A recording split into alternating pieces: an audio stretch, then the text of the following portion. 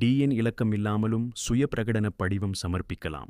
மாதாந்த வருமானம் ரூ.1,50,000 அல்லது வருடாந்த வருமானம் ரூ.18,00,000 குறைவாக இருக்கும் ஒவ்வொரு தனிநபரும் தாம் கணக்கு வைத்திருக்கும் வங்கிகள் அல்லது நிதி நிறுவனங்களுக்குச் சென்று சுய பிரகடன படிவம் செல்ஃப் டெக்ளரேஷன் ஃபார்ம் ஒன்றை நிரப்பிக் கொடுத்தால் இந்த மாதத்திலிருந்து வட்டியில் 10% வரி கழிப்பதிலிருந்து தப்பிக்கொள்ளலாம். ஆயினும் இப்படிவத்தில் டிஐஎன் இலக்கம் கேட்கப்படுவதால் பலரும் இதனை பெறாமல் பிரகடன படிவத்தை வங்கிகளில் சமர்ப்பிக்க முடியாத கஷ்டத்தில் உள்ளனர். இதனை கருத்தில் கொண்ட இறைவரி திணைக்களம் ஒவ்வொருவருக்கும் தானே டிஐஎன் இலக்கம் வழங்கும் செயற்பாட்டை ஆரம்பித்துள்ளது. இச்செயற்பாடு அடுத்த மாதத்திற்குள் நிறைவடையும் என தெரிய வருகிறது.